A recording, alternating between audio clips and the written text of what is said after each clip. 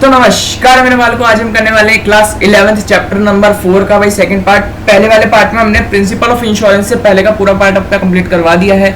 अगर किसी बच्चे ने वाला पार्ट नहीं देखा तो पहले वो जाके देख लो, फिर इस पार्ट पे आना, ठीक है, बहुत जल्दी आगे बढ़ने की। चलो तो यार देखो, पिछले वाले पार्ट में मैंने बहुत ही ज्यादा विस्तार से पूरा अच्छे से समझाया था। दूसरी बात, पूरी हंसी मजाक मस्ती से हमने पूरा ये चैप्टर कंप्लीट करा था। पूरा नहीं, आधा कंप्लीट कर लिया था। आधे से ज्यादा ही समझ लो, क्योंकि देखो टोटल 34 पेजेस हैं, ऊपर दिख रहा होगा टोटल 34 पेजेस हैं। उसमें से 19 पेजेस हमने कल कंप्लीट कर लिए थे। आज 19, 20, 21, 22, 34 पेजेस तक आज हम पूरा चैप्टर को निपटा देंगे, स्वाहा कर देंगे। फिर देखते हैं कल से। और मैं आपको बता दूं यार, एक दिन छोड़ के एक दिन वीडियो आएगी, नाराज ना होना। क्यों भाई, मैं भी एक सीए स्टूडेंट हूँ, मुझे भी अपनी पढ़ाई करनी होती है, ठीक है वाली को, तो कोई दिक्कत वाली बात नहीं है। एग्जाम टाइम में मैं पूरी तरीके से आप लोगों के साथ रहूंगा, पूरे दिन लाइव करेंगे और मतलब पूरा सिलेबस में वन शॉट में लाइव आके करवाऊंगा, तो चिंता न करो, ठीक है।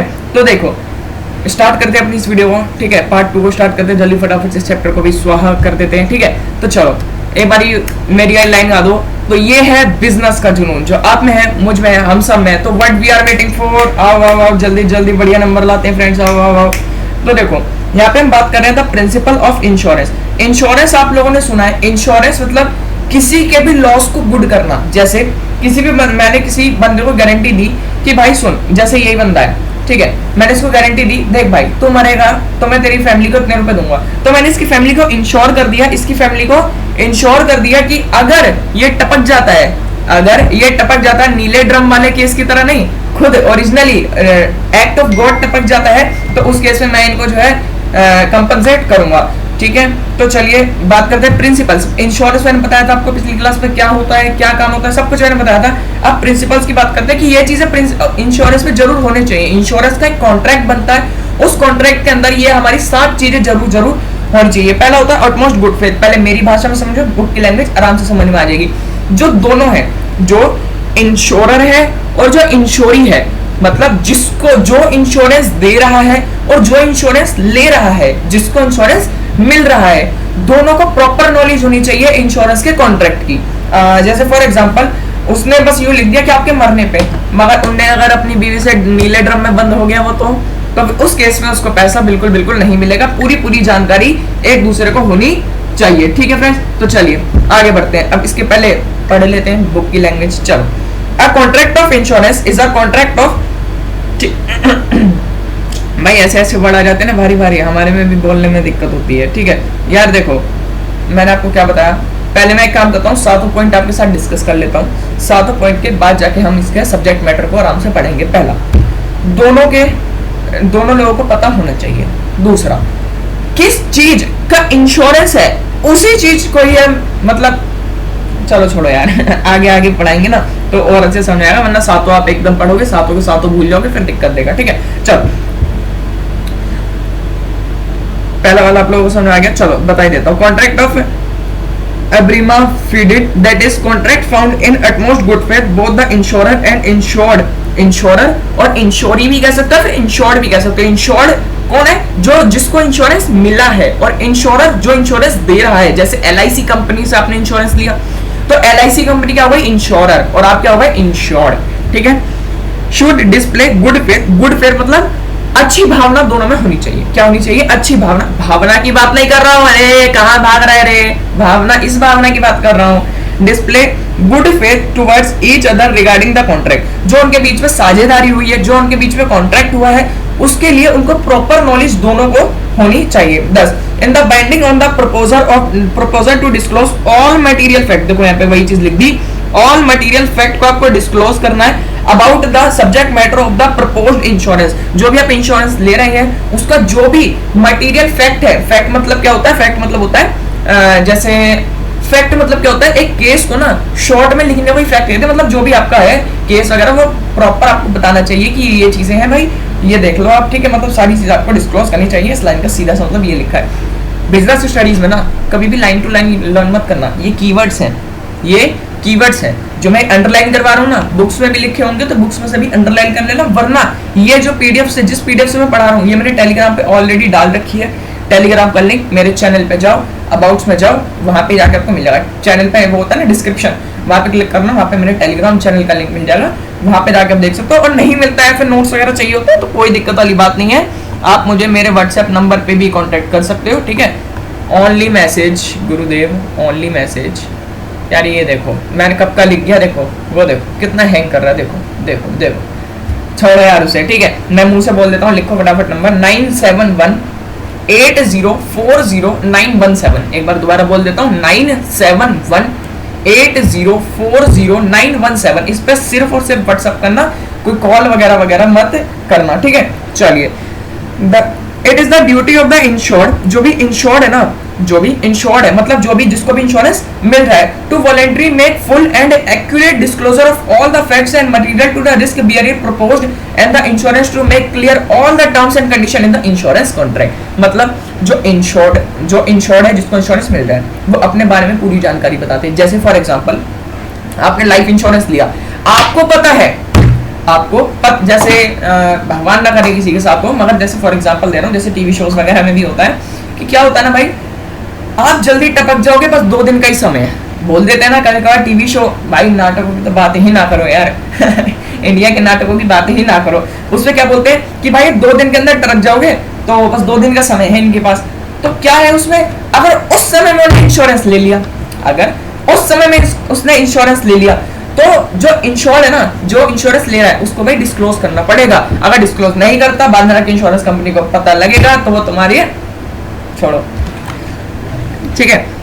वॉलेंट्री, गलत मत समझना यार चलो, it is the duty of insured to voluntary make, चलो ये तो पढ़ा दिया, ये चीज हम लोगों को क्लियर हुई, क्लियर हो गई यार। वीडियो पर लाइक तो कर दो यार, इतने बढ़िया तरीके से धीरे धीरे करके पढ़ा रहा हूँ। कौन टीचर इस समय में ऐसे धीरे धीरे करके पढ़ाएगा, बिल्कुल नहीं समझते। अगर ज्यादा ही बड़ी बन गई ना वीडियो, मैं आधे घंटे की हमेशा मैंने ध्यान रखा कि आधे घंटे की वीडियो डालूंगा, बच्चे पे इतना टाइम नहीं होता कि पूरी वीडियो मैं आधे घंटे की वीडियो डालूंगा, जितने पेजेस होंगे वरना फिर एक और पार्ट बना देंगे, कोई दिक्कत वाली बात नहीं है। मुझे देखो ऐसे बस भगाना नहीं है कि 5 मिनट आओ मैं चैनल पूरा कंप्लीट करा दूंगा चैप्टर, ऐसा मैं नहीं करवाऊंगा, ठीक है। ज्यादा 1 घंटा हो जाएगा, ज्यादा से ज्यादा उसमें जितने पेजेस होंगे करवाऊंगा, और मुझे लगेगा कि थोड़े सी पेज बचे हैं तो करवा दूंगा फिर, ठीक है। इंश्योरेबल इंटरेस्ट होना चाहिए, ऐसा नहीं कि आपने छोड़ो ऐसा नहीं कि आपने ये फोन है, ये फोन मेरा है, अगर मैं ये फोन समझो किसी और का होता तो मैं उसका इंश्योरेंस नहीं करवा सकता। आपका कुछ इंटरेस्ट होना चाहिए उसमें। मेरा इंटरेस्ट है कि भाई मेरा फोन है, इसलिए मैं इसका इंश्योरेंस करवा रहा हूँ। आप किसी दूसरे के प्रोडक्ट का इंश्योरेंस नहीं करवा सकते, वही ये कह रहा है। इंश्योरेबल इंटरेस्ट होना चाहिए, आपका कुछ इंटरेस्ट होना चाहिए उसमें। भाई दूसरे का इंश्योरेंस करवा रहा हूँ, मेरा क्या ही फायदा भाई, मेरा क्या ही फायदा, ठीक है। तो अपना फायदा होना ही चाहिए, अपना सपना मनी, ठीक है बेटे। चलिए, the insured must have an insurable interest in the subject matter. Subject matter होता है जो कि प्रोडक्ट, जो जिस चीज का सब्जेक्ट मैटर है, जो कि मैटर किस चीज का है, इंश्योरेंस का। और इंश्योरेंस किसके, उस प्रोडक्ट का, तो प्रोडक्ट की ही बात कर रहे हैं यहाँ पे, ठीक है। Of insurance, insurable interest means present, अरे यार क्या लिखा है, pecuniary interest in the subject matter of the insurable contract. यार छोड़ो यार, इसकी एक ये हो गया और एक बिजनेस लॉस हो गया। अगर आप सीए फाउंडेशन करोगे तो दोनों की लैंग्वेज ऐसे जाती है। आसान इतना होता है, अगर जो समझ लो तो फिर बस काम ही हो गया। सेकंड पॉइंट क्लियर है, क्लियर है सेकंड पॉइंट। चले थर्ड पॉइंट पे, इंडेमनिटी। इंडेमनिटी का मतलब क्या होता है, ओनली लॉस कवर करेगा, प्रॉफिट नहीं देगा। जैसे आपने कोई बाइक खरीदी 2 लाख रुपए की, आपने उसका इंश्योरेंस करवा लिया, वो बोल रहे हैं कि अगर ये बाइक ठुकी या फिर अगर ये बाइक क्रैश हो गई पूरी अच्छी तरीके से तो हम आपको 2 लाख रुपए देंगे।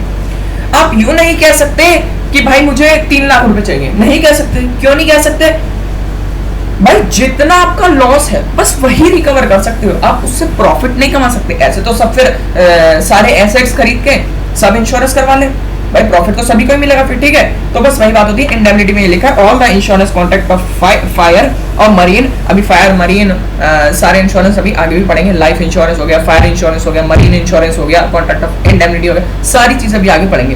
Contract of indemnity, the insurer undertake to compensate the insured for loss caused to him या फिर है due to damage due to death, the principle of life insurance। चलो देखो क्या बोला इन्होंने, जो प्रिंसिपल है ना इंडेमनिटी का, किस चीज का प्रिंसिपल है, इंडेमनिटी का।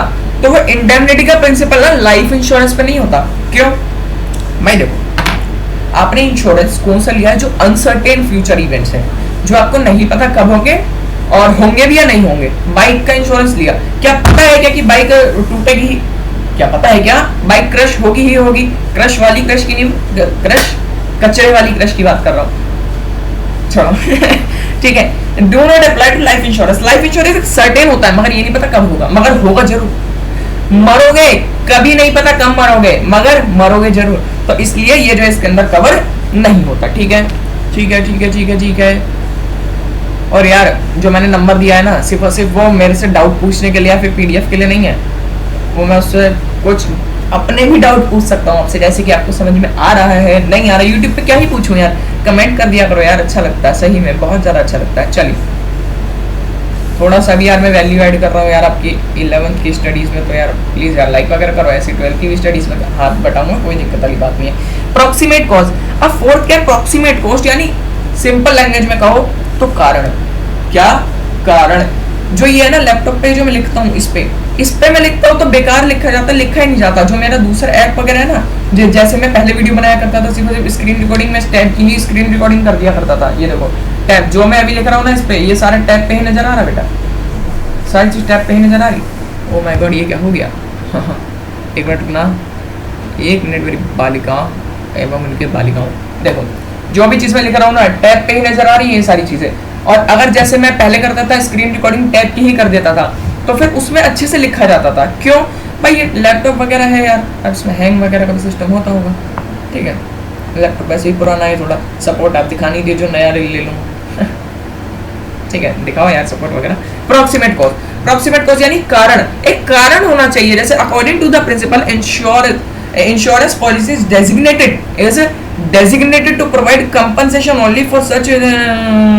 ठीक है क्या कह रहा है, जो भी लॉस है उसका कारण जो भी हो आपको पैसा मिलेगा, यही ये अप्रॉक्सीमेट कॉस्ट कहता है। सबरोगेशन की बात करते हैं, सबरोगेशन यानी डैमेज जिस चीज का हुआ है उसी चीज का लॉस मिलेगा।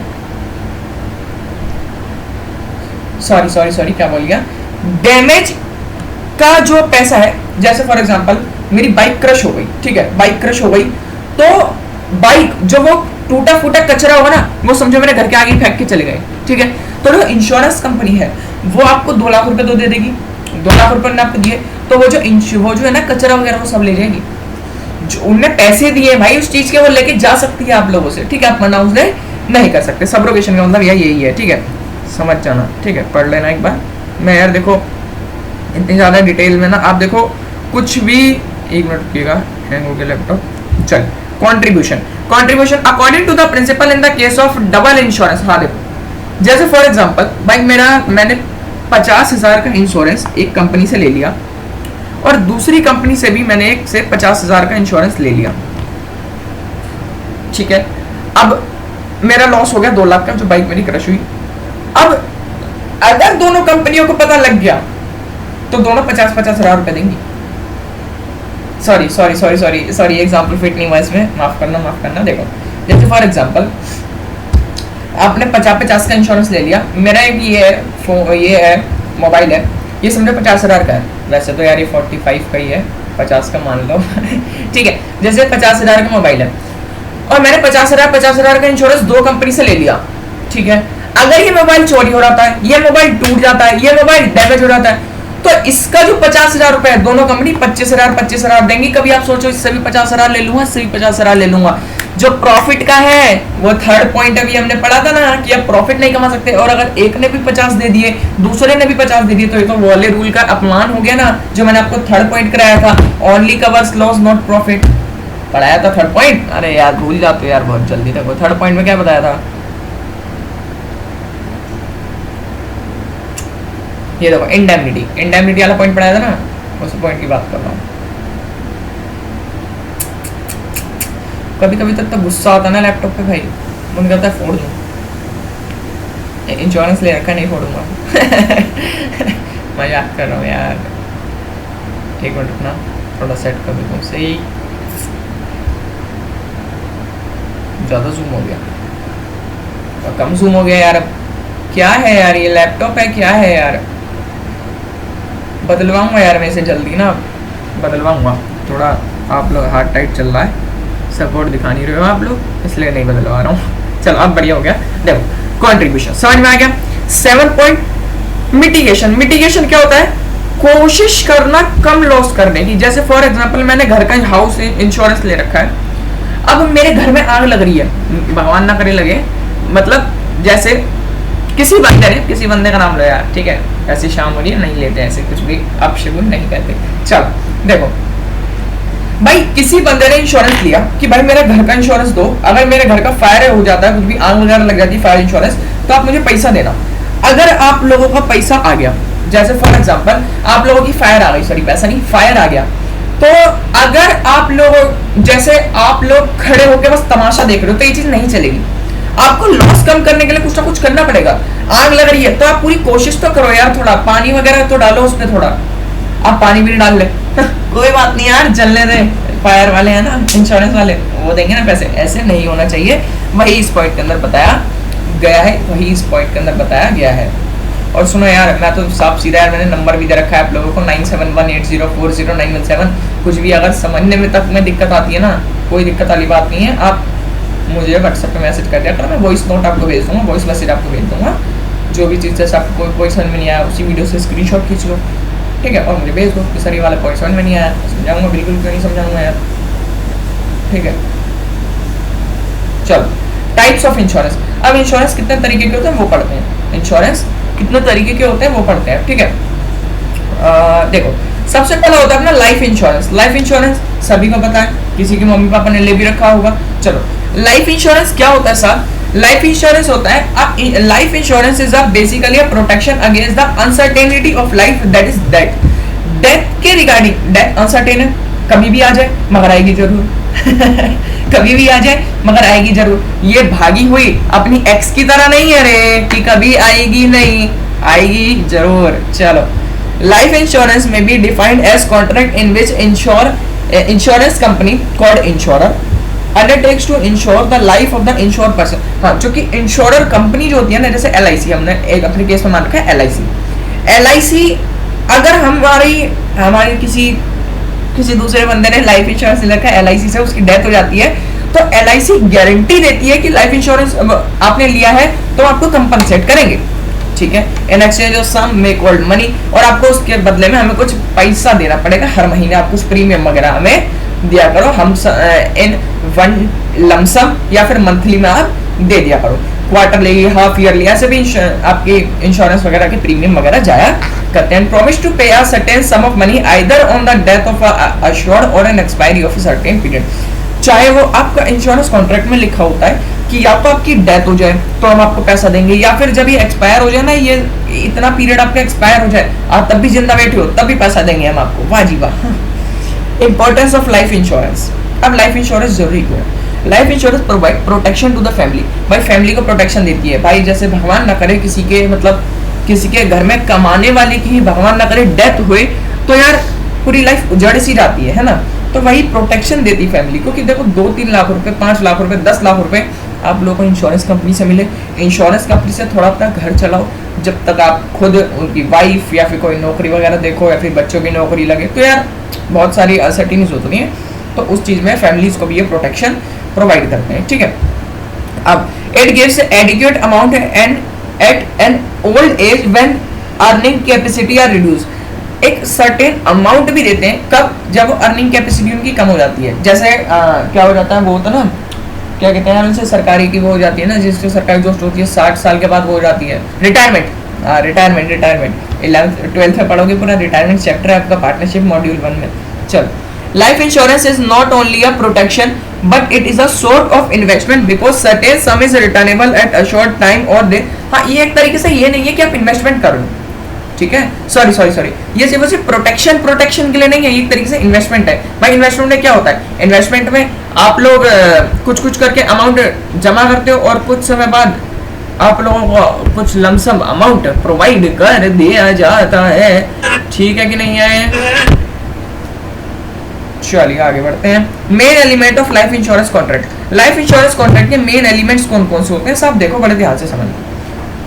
देखो, ये एग्जाम में बहुत ज़्यादा कम आता है, बहुत ज़्यादा, जिसे हम कहते हैं ना, मतलब ना के बराबर टॉपिक, वही इसी को ही कहते हैं। मगर मैं पढ़ाऊंगा जरूर, एक बार भी ऊपर से आपको समझा देता हूँ, बाकी आप वीडियो पॉज करके इसे अच्छे से पढ़ लें। The contract of life insurance is a contract of utmost good faith. ये अटमोस्ट गुड फेथ का एक कॉन्ट्रैक्ट होता है। It assured to be honest and must disclose all material fact about this health to be insurer. जो insurer है, insurer को आपको health का बताना है। जैसे मैंने आपको बताया था कि आपके पास समझो 2 दिन बचे हैं और आप 2 दिन के अंदर इंश्योरेंस ले रहे हो। यू आर वेरी चालाक ब्रो। चलिए ठीक है। In case of life insurance, a person has insurable interest in his or her own life in the life of his her own spouse है वो और it lives is children or insurable interest when ठीक वही बोला गया है। या फिर उसकी, या फिर उसके बच्चे की, या फिर उसकी बीवी की, या फिर किसी की भी डेथ वगैरह होती है ना, या फिर कोई भी डिसिग्नेटेड होती है, तो उस चीज़ में जो है आपको जो है प्रोवाइड करती है कुछ पैसा, कुछ अमाउंट अलॉट करते हैं, उसे कंपनसेशन कहा जाता है। ठीक है, क्लेम कहा जाता है, इंश्योरेंस क्लेम। ठीक है, प्रीमियम अलग होता है, क्लेम अलग होता है। प्रीमियम जो आप हर बार पे कर रहे हो, ठीक है, और क्लेम जो कि आपको कुछ भी अनसर्टेनिटी होने के बाद जो है अमाउंट आपको प्रोवाइड किया जाता है। It is to be noted that employ as insurable interest in life of the employees. हाँ, एम्प्लॉयज का भी ले सकते हो, जैसे आप अपनी फैमिली का ले सकते हो, अपने बच्चे का ले सकते हो, ऐसे आप अपने एम्प्लॉयज का भी ले सकते हो। आपने कभी देखा होगा एक होता है पीएफ, लोग कहते हैं ना मेरा तो पीएफ कटता है। पीएफ क्या है साहब? वो पीएफ प्रोविडेंट फंड है, जो कि उसी से ही जो प्रोविडेंट फंड वो इकट्ठा कर रहा है ना, उसी प्रोविडेंट फंड जो आपकी सैलरी से प्रोविडेंट फंड इकट्ठा कर रहा है, उसी प्रोविडेंट फंड में से वो जो है इंश्योरेंस लेता है आपका। ठीक है, बता तो नहीं है कोई लाइफ इंश्योरेंस कॉन्ट्रैक्ट, एक मिनट बालक। Life insurance is a contract of, not a contract of indemnity. ठीक है, the life insurance of human behaviour can be compensated only a specific sum of money is paid when amount is payable to be death of the insurance, a fixed advantage. वही बोला गया है कि मतलब आपको fix time वगैरह के बाद पैसा जो है प्रोवाइड किया जाता है। चलिए आगे बढ़ते हैं। एक मिनट बालक, स्क्रीन जो है ब्लैक हो चुकी है मेरे कंप्यूटर की। ये भाई बस चेक करने दीजिए क्या रिकॉर्डिंग परफेक्टली हो रही है या नहीं हो रही है। एक मिनट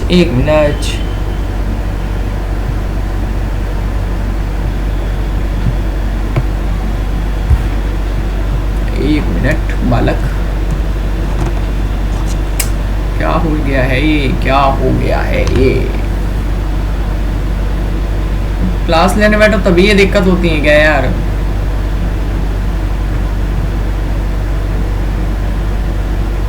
मनीष भाई थोड़ा यार देखा करो आप, है ना, क्लास से पहले ना एक बार चेक कर लिया करो सारी चीज़ें परफेक्ट हैं या नहीं, क्योंकि फिर तो मैं नहीं, बच्चे मुझे गाली देंगे यार कि सर टाइम वेस्ट कर रहे हो, ऐसे नहीं होता। अरे भैया तुम्हें नहीं देखेगा कोई, मुझे कहेंगे ना बच्चे। ठीक है, चलिए।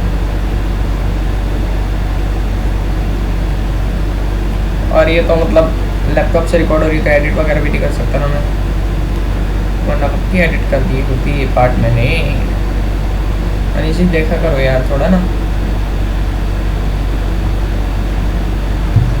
रुक गई ना वो, एक मिनट ठीक है बेटा, जरा मैं इतनी रिकॉर्डिंग भी पोस्ट कर देता हूँ, कोई दिक्कत वाली बात नहीं आई। चलिए, कोई दिक्कत नहीं, हो गया बेटा, हो गया।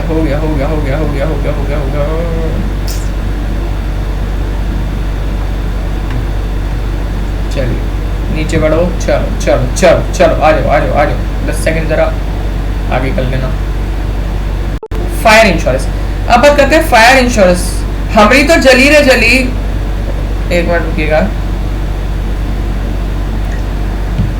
तुम्हारी तो जली रे जली, हम उस जली को गुड़ में बना देंगे। पहले आप दुखी हो रहे थे जलने से, अब आप खुश हो गए जलने से। ठीक है, ये रिश्तेदारों के लिए लाइन है। चलिए, fire insurance is a contract where the buyer and in consideration of the premium paid. यहाँ पे कंसिडरेशन, प्रीमियम पेड, कंसिडरेशन का मतलब होता है समथिंग इन रिटर्न।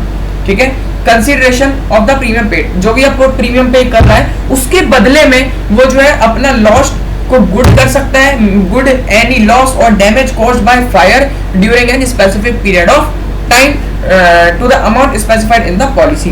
जो भी अमाउंट पॉलिसी के अंदर मेंशन है ना, वो उस पॉलिसी अमाउंट को ले सकता है। कब? जब उसको लॉस हो जाए, किसका? फायर का। किस चीज पे? जो सभी ने इंश्योरेंस ले रखा है। Main element of fire insurance, fire insurance का मेन एलिमेंट क्या होते हैं सब? फायर इंश्योरेंस के मेन एलिमेंट देखिएगा गुरु क्या हो गए करे हैं।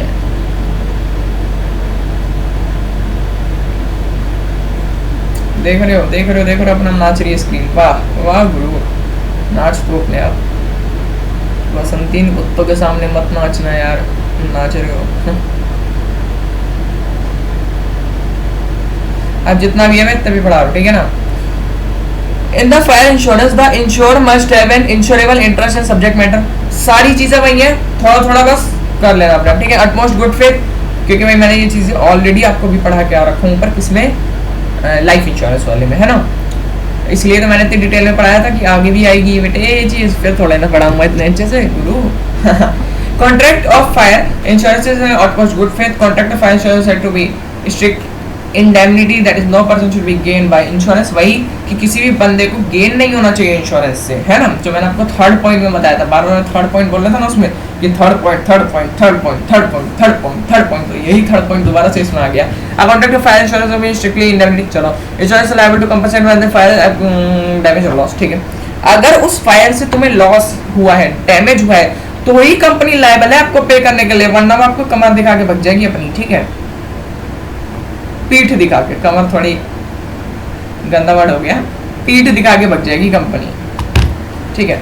चलो मरीन इंश्योरेंस, मरी नहीं तू अब तक नहीं मरी, अबे मरी नहीं, मरीन इंश्योरेंस यानी समुद्र वाला इंश्योरेंस, जो कि वाटर इंश्योरेंस भी हम कुछ कुछ कहते हैं। Marine insurance is the contract of agreement where insurance and insurance undertake to indemnify the insured in the manner and to the extent thereby agreed against marine losses। marine losses यानी जो भी आपको पानी से लॉसेस हो रहे हैं, जैसे जहाज का आपने वो करवा दिया, जैसे जहाज दिख रहा है ना, बहुत बढ़िया बहुत बढ़िया बहुत बढ़िया जहाज है, ठीक है। अगर इस शिप का आप लोगों ने क्या करवा दिया, इंश्योरेंस करवा दिया, अगर ये शिप आगे जाके कभी डूबी, जैसे फॉर एग्जांपल आप इससे करोड़ों का माल मंगा रहे हो, ठीक है, आप इससे करोड़ों का माल मंगा रहे हो और 200-300 रुपए का इंश्योरेंस होता है, 200, 300, 500, 1000, 2000, 50,000 का भी इंश्योरेंस हो गया, तो क्या ही दिक्कत है भाई। 50,000 का इंश्योरेंस में आपको करोड़ों रुपए मिल जाएंगे अगर ये डूब गई तो, ठीक है। फिर ऐसा नहीं है कि ड्राइवर से कह के खुद डुबवा दो, डुबो दियो जरा, ऐसी बात नहीं रहेगी, ठीक है। Marine insurance protects against the lost marine perils और perils of the seas, that is collision of the ship with the rock। मतलब अगर जो रॉक से जाके टकरा गई किसी पत्थर, आपने देखा होगा ना यार पिक्चर वगैरह में भी, समुद्र के बीच में पत्थर रखा होता है बहुत बड़ा, तो उस पत्थर से जाके अगर भिड़ गई शिप तो भी आपको पैसा मिल जाएगा, ठीक है कि नहीं है, ठीक है, ठीक है, ठीक है, ठीक है, ठीक है। चलिए, ship attack with the enemies, अगर कोई दुश्मन वगैरह ने आ गए अब आपकी शिप पे, ठीक है। चलिए, so marine insurance insures, marine insurance क्या इंश्योर करती है, शिप और हल्क, शिप को और हल्क किस में आएंगे, मरीन इंश्योरेंस में। कार्गो, कार्गो कौन होता है भाई, कार्गो जो है बहुत बड़े बड़े होते हैं ना यार, कार्गो बीज ट्रांसपोर्ट बाय शिप, जो कि शिप से ट्रांसपोर्ट किया जाता है। और शिप और हल्क में देखो दोबारा से पढ़ा रहा हूँ, शिप और hull, there is a insurance policy of indemnifying the loss for insured for loss caused by damage to the ship, ship is export to much damage from the sea, much damage from the sea. अगर आपकी ship ज्यादातर ship से सी से अगर आपकी ship ज्यादा damage होती है तो आपको ये वाला इंश्योरेंस मिल जाएगा, दिक्कत है ही नहीं, ठीक है। कार्गो इंश्योरेंस है, कार्गो व्हाइल द ट्रांसपोर्ट, एक मिनट रुकिएगा, transport by ship is subject to many risk, that is risk of theft वगैरह जो होता है ना, जो कि देखो आपका अगर पानी वगैरह से हुआ, शिप से हुआ तो वो उसमें जाएगा। अगर कार्गो किस चीज के लिए होता है, कार्गो होता है जो कि मतलब जो पानी से रिलेटेड नहीं होते ना लॉस, उसको कार्गो देखता है। जो लॉस पानी से रिलेटेड नहीं होते ना उसे कार्गो देखता है। जैसे चोरी हो गया माल, उसे कौन देखेगा, कार्गो देखेगा। लॉस्ट ऑफ गुड्स, गुड्स खो गए, कौन देखेगा, कार्गो देखेगा। Thus an insurance policy can be issued to cover such risk to cargo. Of freight insurance, if cargo does not reach to designated due to damage or loss in transit, अगर cargo, अगर आपकी ship अपनी designation तक नहीं पहुंच पाई तो जो loss देगा वो कौन देगा, फ्रेट इंश्योरेंस देगा। द कंपनी नॉट पे shipping charges therefore freight insurance, ठीक है। क्या बोला है, जो शिपिंग के जो चार्जेस बोल रहे थे ना वो चार्जेस नहीं देगा, वो चार्जेस नहीं देगा अगर वो शिप पहुंची ही नहीं तो, ठीक है की बात, ठीक है क्या बात, ठीक है ठीक है ठीक है। चलिए आगे बढ़ते हैं। एक बच्चे ने मुझे मैसेज करा यार व्हाट्सएप पे, मुझे अभी अभी याद आया, मतलब मैंने थोड़ा ऐसे ही स्टेटस लगा रखा था ना कुछ, तो यार बच्चा बोलता है सर आप भी, मैंने कहा मैं भी क्या, पागल है क्या मतलब यार हद होती है वो, बस मैंने ऐसे ही लगाया था यार स्टेटस, तुम लोगों ने उसको हुआ बना दिया। कम से कम नहीं, कम से कम 10 बच्चों के मैसेज तो जरूर आए होंगे। वो एक्चुअली में थोड़ा दिल टूटने वाला क्या कह सकते हो उसको स्टेटस था, मगर यार वैसा कुछ भी नहीं है उसमें, नॉर्मली लगाया था वो। बाल को क्या सोचते हो तुम लोग भी, यहाँ हम लोगों को खुद टाइम नहीं मिलता भाई, सीए स्टूडेंट है ऐसे थोड़ा ना किसी, छोड़े यार। Various type of life insurance policy. Life insurance policy भी बहुत तरीके की होती है। कौन कौन सी? Whole life policy. Whole life policy यानी in this kind of policy the amount payable to insured will not be paid before the death of the insured. जब तक मरेगा नहीं तब तक पैसा नहीं, जब तक मरेगा नहीं तब तक पैसा नहीं, इसमें यही कहा जाता है। ठीक है, जैसी आपकी डेथ होती है फिर जाके आपको जो है लॉस इसमें जो है रिवर्स किया जाता है। इफ आपकी डेथ नहीं होती तो आपको लॉस वगैरह कुछ भी नहीं प्रोवाइड किया जाता। और कुछ बच्चों के मन में आता है सर सर सर जो प्रीमियम का पैसा है, जो हमने प्रीमियम का पैसा दिया है वो कहाँ गया? वो सब इंश्योरेंस कंपनी की जेब में गया। भाई वो ऐसे ही प्रीमियम मार मार के तो आप लोगों को लॉस कवर करवाती है। समझो जैसे 1000 लोग प्रीमियम भर रहे हैं, 2 लोगों का लॉस हो गया तो क्या ही दिक्कत आ रही है उसे? भाई 1000 लोगों का अगर 4000 रुपये महीना भी प्रीमियम हो तो 40 लाख रुपये भाई, 40 लाख रुपये 4 लाख तो फिर वो भाई देखो ना यार। चलो देखो,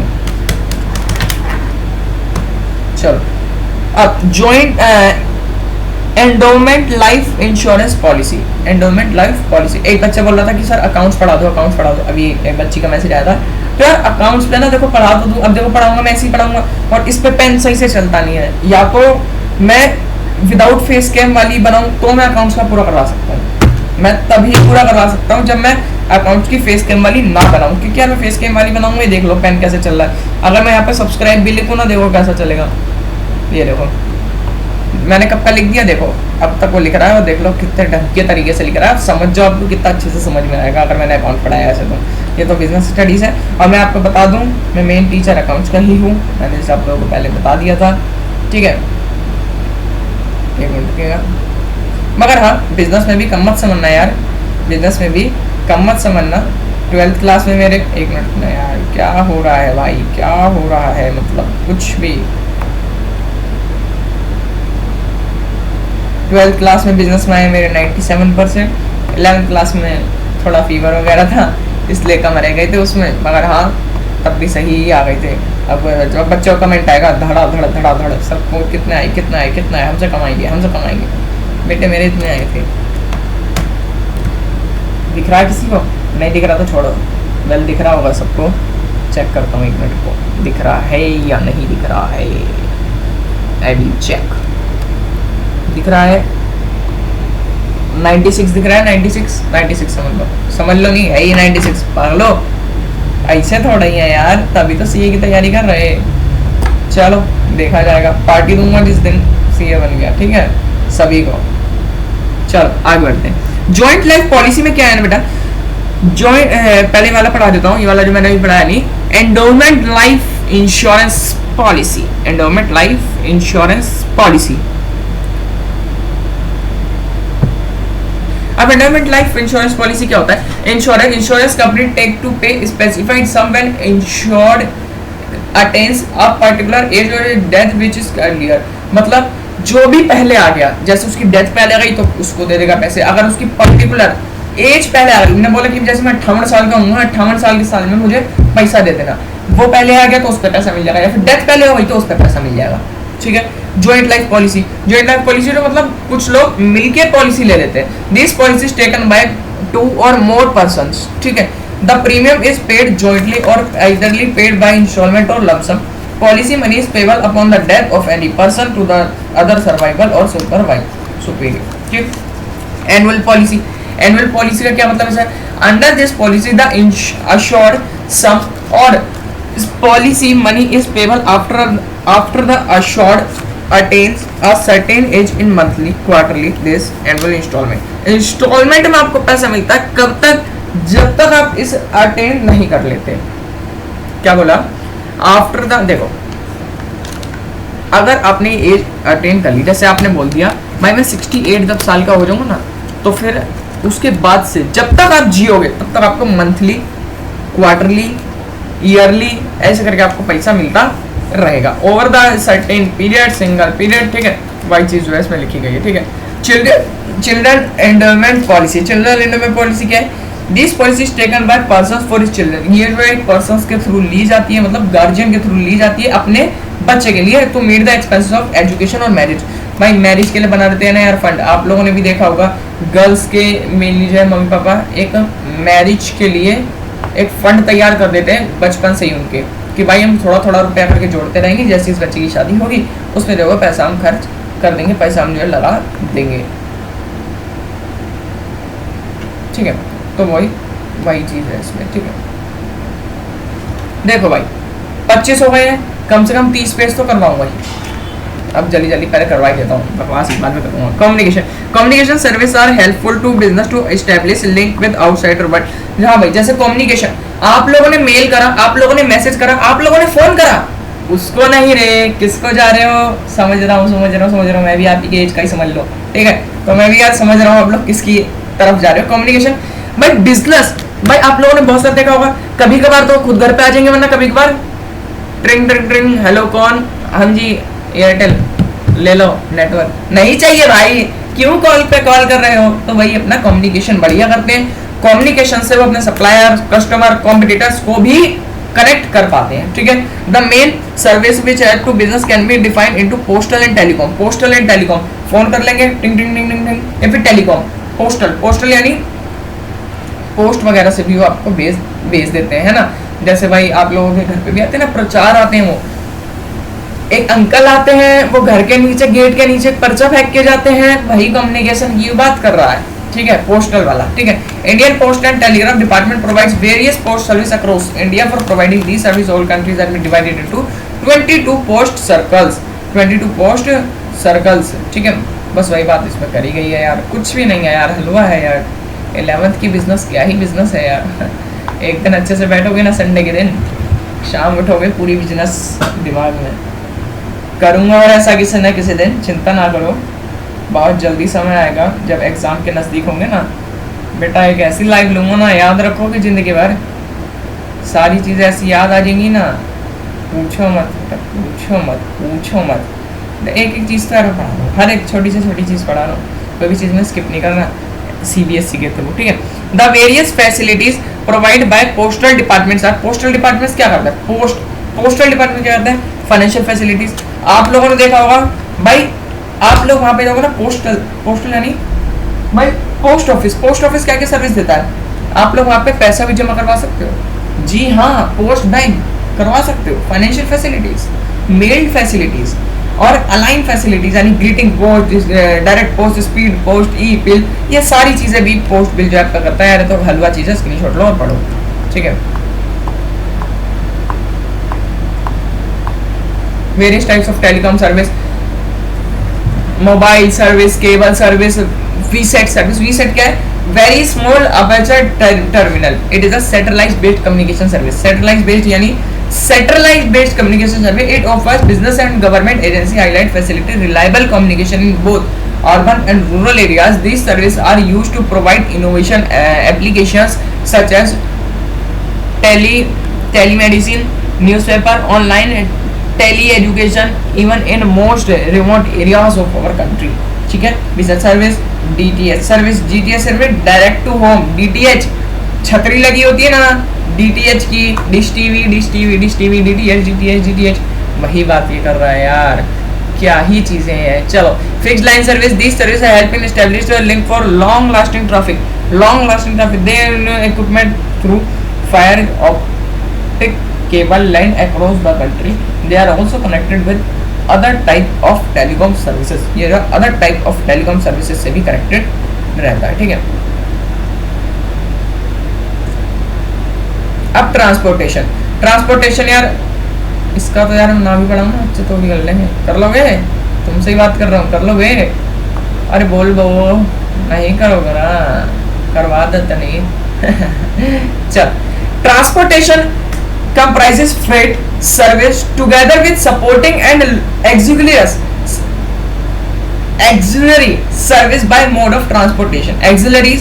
एक्सिलरी सप्लाई और मेन सप्लाई में बहुत अंतर होता है। मेन सप्लाई होती है जिस चीज का काम कर रहे हो उसके रिलेटेड, मतलब उसको प्रोवाइड करना मेन होता है। एक्सिलरी, उसको प्रोवाइड करने के लिए जो भी चीजें लग रही है उसको एक्सिलरी कहते हैं। तो भाई ट्रांसपोर्टेशन आपने सेल करी, बिल्कुल बिल्कुल सेल करी, तो भाई सेल को गुड्स को प्रोवाइड करने के लिए आप लोगों के पीछे ट्रांसपोर्टेशन लगी है कि नहीं लगी है?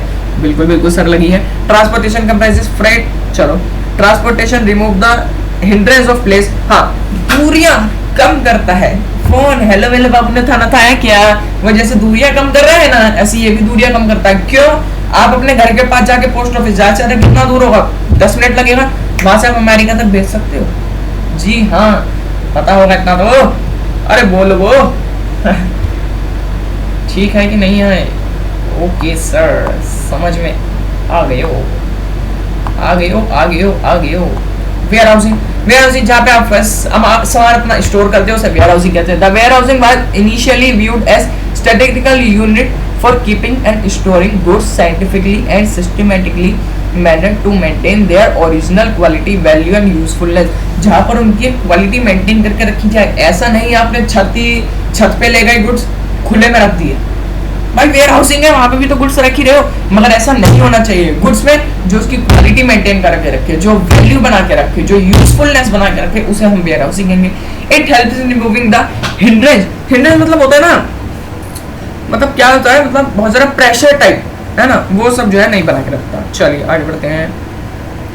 अब बताओ सब लोग, क्या अभी भी मुझे इसका थर्ड पार्ट बनाने की जरूरत है? अरे बोल वो भैया, नहीं है जरूरत, 4 पेजेस बचे हैं रे, कर लेना। काहे को इतना भाव कर रहा है?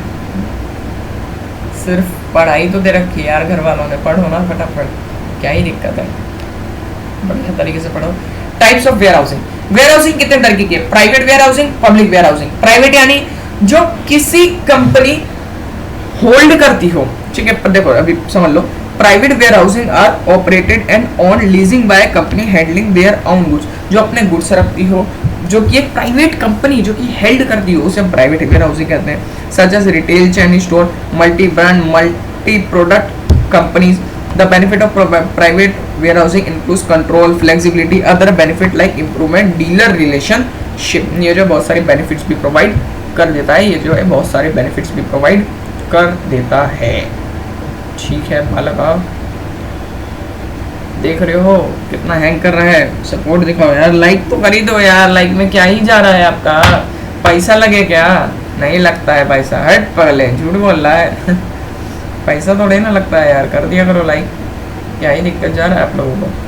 Public warehousing, public warehousing क्या है? Public warehouses, public warehouses can be used for storage of goods by traders, manufacturer, any member of the public after the payment of storage fees charges। जहाँ पर एक बहुत बड़े large scale में, मैं अपनी भाषा में बताता हूँ, जो भी प्राइवेट होल्ड कर रहा है वो प्राइवेट वेयर हाउसिंग, जो भी पब्लिक होल्ड कर रहा है वो public warehousing. After government regulates the operates of this warehousing issuing licences for them. Government regulate करता है ऑपरेशंस किसके? इन वेयर हाउसेस के जो ऑपरेशंस है ना, वो कौन रेगुलेट करता है? गवर्नमेंट रेगुलेट करती है। And also provide the facilities like packing, labelling etcetera. ठीक है, बात क्लियर है? ओ भाई ये कौन सा पेज भागा? अरे ऐसे नहीं भागा के नहीं पढ़ाना है मुझे, अभी देखो ना और भी हैं।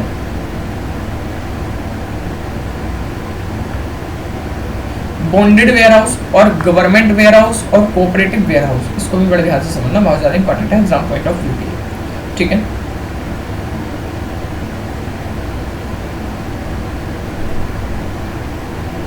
देखो bonded warehouse are licensed by the government to accept imports goods before payment of tax and custom duties. These goods are imported from other countries। ये जो है गुड्स दूसरी कंट्रीज से इंपोर्ट किए जाते हैं, वो जो इसमें रखे जाते हैं। Importers are not permitted to remove goods from the docks or airport till custom duty is paid, till custom duties is paid। The goods are kept in bounded warehouse till the times of duty is paid by the importer। ठीक है, समझ में आ गया। Bounded ware house कौन सा? Bounded ware house वो है कि इंपोर्टेड गुड्स रखे जाते हैं। ये जो है क्या, ये तब तक नहीं आप रिमूव कर सकते गुड्स, कहाँ से? अपने वहीं से वेयर हाउस से का, जब तक आप उसे कस्टम ड्यूटी आप पे नहीं कर सकते, उसे बॉन्ड वेयर हाउस कह देते हैं। Government warehouse, these warehouse are generally owned by the government and are managed through origins like FCI। अब FCI क्या है? FCI भाई है food corporation of India, food corporation of India, ठीक है यार। अब मेरा मन तो बहुत करता है एकदम जाके डिटेल में पढ़ाऊं, मगर यार क्लासेस है, शॉर्ट है, नहीं पढ़ा सकते। यूट्यूब है, बच्चे के पास बहुत सारे ऑप्शन है, यहाँ पे हटाएगा वीडियो, एक मिनट लगना है बस, कैंसिल वीडियो और दूसरी वीडियो पे बच जाएगा, ठीक है। जैसे वो तुम्हें छोड़ के गई थी ऐसे आप मेरे को छोड़ के चले जाओगे इस वीडियो के अंदर, ठीक है। मगर एक पर्टिकुलर क्लास होती है ना, मैं बेनिफिट बता रहा हूँ यार आपको, एक पर्टिकुलर क्लास लेने के, क्लास लेनी हो किसी को भी पर्टिकुलर, पर्सनल 1-to-1 मेंटोरशिप वाली क्लास लेता हूँ बेटा। जी हाँ, जितना ज़्यादा बढ़िया मैं यहाँ नहीं पढ़ाता उतना ज़्यादा बढ़िया वहाँ पढ़ा, यहाँ भी ज़बरदस्त पढ़ाता हूँ, कोई दिक्कत वाली बात ही नहीं है। मगर वहाँ पे ना एक बच्चे के पास ऑप्शन रहते क्या, इनसे ही पढ़ना है, तो वो दिमाग लगाता है थोड़ा। यहाँ आपको क्या लगता है, आप नहीं पढ़ा पा रहे, सही हटाओ, भगाओ इन्हें आगे दूसरे, ठीक है। तो इसलिए पूरी वीडियो देखा करो, और अगर नहीं हो पाता ऐसे अच्छे से तो हम ऐसे प्रीमियम बैच भी ले सकते हो। बाकी अभी नहीं लेना, मत लो, 12th में मेरे से बिल्कुल लेना। 12th में मैं अकाउंटेंसी, हाँ माशाल्लाह क्या अकाउंटेंसी पढ़ाता हूँ, हिंदू हूँ भाई मैं क्या बोल दिया यार, सॉरी यार। चल, government warehouse, cooperative warehouse, cooperative मतलब जहाँ पे लोग सोसाइटीज बना के वेयर हाउसेस में गुड्स रखते हैं अपने, उसको हम क्या कहते हैं, उसको हम कहते हैं कोऑपरेटिव वेयर हाउस, ठीक है।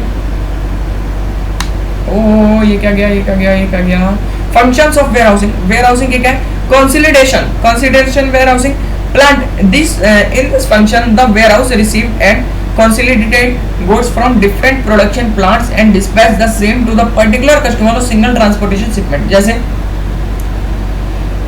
एक ही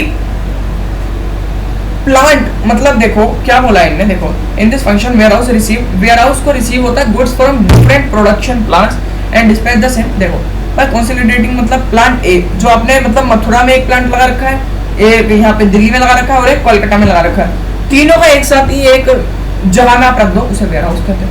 एक जगह आपके गुड्स आ गए ना, ब्रेक द बल्क को आप ब्रेक कर सकते हो। जैसे भाई प्लांट ए है, उसने ब्रेक द बल्क, उसने गुड्स अपने बल्क में वेयर हाउस में रखे, फिर वेयर हाउस से कस्टमर के पास जा रहे हैं, ठीक है। आपको अपनी झंझटबाजी है ही नहीं कुछ भी, ठीक है।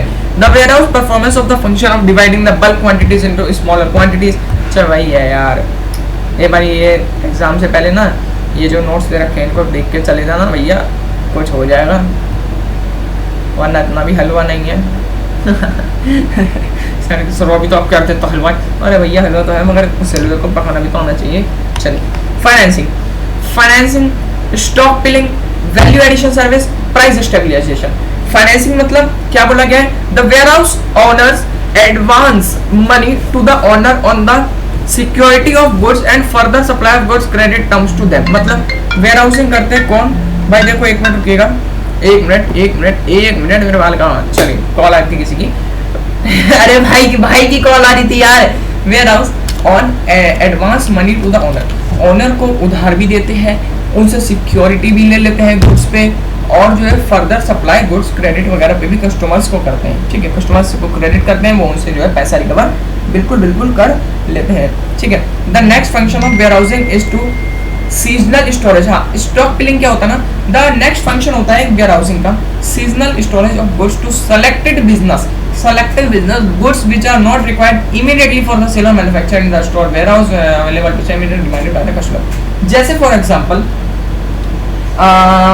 कैसे एग्जांपल लूं भाई, जो आप अभी डिमांड में नहीं है ना, आप उस स्टॉक वेयर हाउस में भेज दो, वेयर हाउस में भेजने के बाद तब जाके जो है वहीं से नॉट रिक्वायर्ड इमीडिएटली आप उसको वहां भी रख सकते हो, कि जैसे आपको लग रहा है अभी डिमांड नहीं है तो मेरे पास खाली पड़ा हुआ है माल, जगह घेर रहा है, वेयर हाउस में रख दो।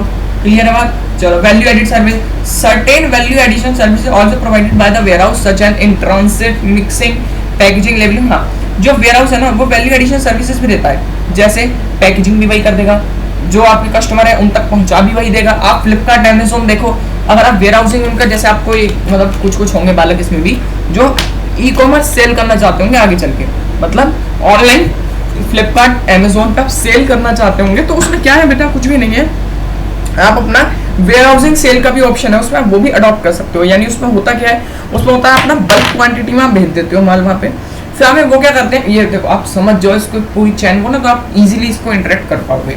तो वो ना स्मॉल क्वांटिटीज में फिर बेचने लगते हैं, किसको, कस्टमर्स को।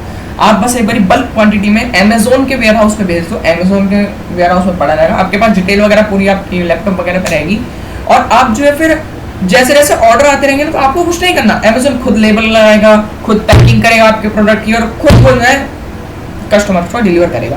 Price stabilisation by adjusting the supply of goods with the demand situation, warehousing perform the function of price stabilisation. भाई अभी प्राइस बहुत कम है, गुड्स को रोक दो वेयर हाउस में रख दो। क्लियर है बात? I think chapter number complete. भाई फाइनली हमारा चैप्टर नंबर 4 कंप्लीट हो चुका है। और भाई मैं नंबर एक बार और बता देता हूँ, 9718040917। कुछ भी चीज पार्ट वीडियो को समझ में नहीं आया उसको स्क्रीनशॉट लो, मेरे को भेज दो, सारी वाली चीजें बात समझा दीजिए, मेरे समझ में नहीं आई तो मैं बिल्कुल आपको वॉइस नोट आपको भेज दूंगा, वॉइस रिकॉर्डिंग, वॉइस मैसेज, बार बार मैं रिकॉर्डिंग नोट्स को कह देता हूँ उसे, चलिए तो मैं आपको भेज दूंगा। मिलते हैं चैप्टर नंबर 5 देखते हैं, करवाएंगे हम बिल्कुल आपको, ऐसा नहीं है कि नहीं करवाएंगे। अब 2 दिन बाद मेरी फिर वीडियो आएगी, ठीक है? तो मिलते हैं छोटे से अंतराल के बाद, तब तक के लिए जय हिंद, वंदे मातरम भाइयों और बहनों। मस्त रहो, खाते पीते रहो यार, ठीक है, वरना मैं इतना हो जाओगे। चल मिलते हैं, बाय बाय बाय बाय।